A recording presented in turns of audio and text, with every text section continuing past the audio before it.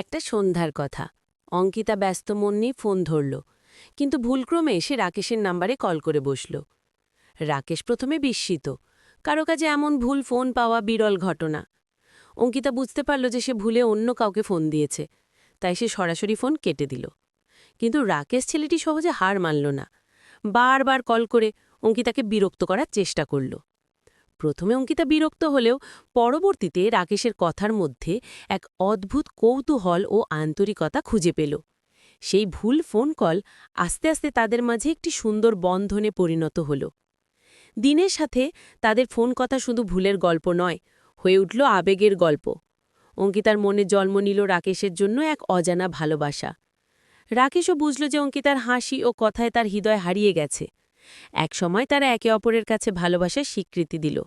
ভুলে শুরু হওয়া সেই ফোন কলই তাদের জীবনের সবচেয়ে মধুর সত্ত্বে রূপ নিল।